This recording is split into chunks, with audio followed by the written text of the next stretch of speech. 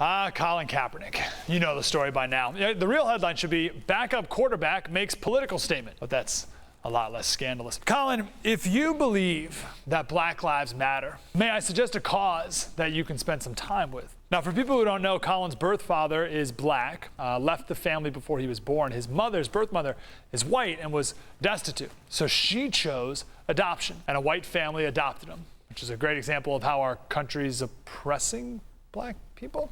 I don't know. So, Colin, a cause to support: pro-life pregnancy centers, so that women like your mom who are struggling with what to do next, they choose life over abortion. I mean, good thing your mom chose adoption over abortion. Otherwise, you'd be dead. Help other families make that choice too. Did you know there's more black babies aborted in New York City than born? Black Lives Matter, right? In the last 7 days on my radio show, we've celebrated 3 different groups. First, Boys to Men Mentoring. They work with middle school boys whose parents and teachers have cast them aside. They said they're impossible.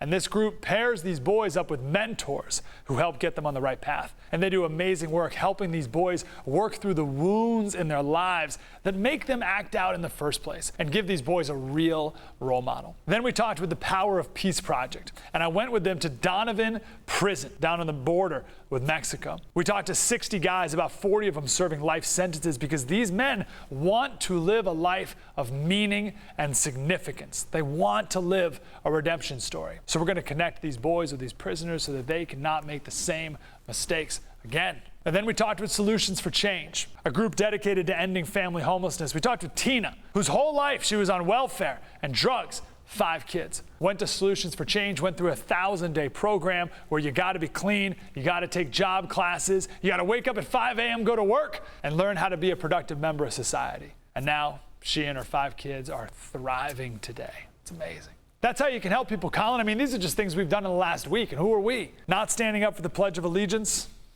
It's lazy.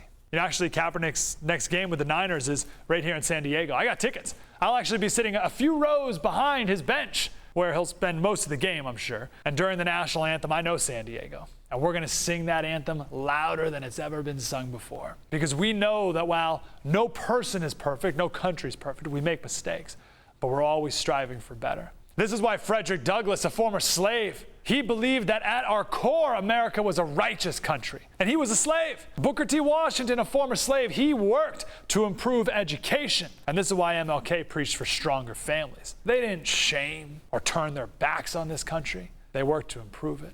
Kaepernick, one last thing. I recommend you accept the invitation from the Alameda County Sheriff's Office to go to their police academy. Learn the other perspective. We talked a couple of videos back about a Black Lives Matter leader in Phoenix who went through the Phoenix Police Academy just for a day. And in the role-playing exercises, he ended up shooting people who weren't complying. The Black Lives Matter guy was shooting to protect himself. So maybe, Colin, if you learned a little bit more about what it's like to be a police officer, you would respect them a little more.